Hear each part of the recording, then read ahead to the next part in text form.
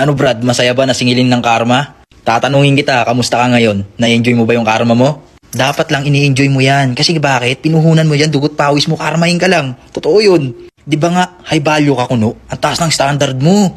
O ngayon, yung standard mo, pang karma na. Kaya ang gawin mo boy, magdrama ka, magpaawa effect ka sa mga taong nilalapitan at nakakausap mo.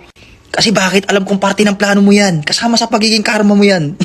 Pinagpalit mo yung babaeng matino sa mga tunog martilyo. Uulitin ko, pinagpalit mo yung taong matino at sumusuporta sa'yo sa mga taong tunog martilyo. Aray ko! Sabihin na lang natin hindi mga tunog martilyo kasi medyo masakit. Sige, sabihin na lang natin ito yung mga taong pinatulan mo na walang pagpapahalaga sa sarili. Naku po, kung sino pa yung taong nagmalasakit at nagturo sa'yo ng mga pwede mong gawin para sa ikabubuti mo, itinuring mo pang masamang ehemplo sa'yo. O ano na pala mo tuloy ngayon? Masakit? Kaya sa mga matatamaan ng sinabi ko dyan, Brad, sis, ingat ka. Dahil ang karma, hindi natutulog yan. Nakakatawa ka. Kahit na anong hanap buhay pa yan, basta malinis at maranal, ibandera mo yan. Di na usong pagandahan ng trabaho ngayon.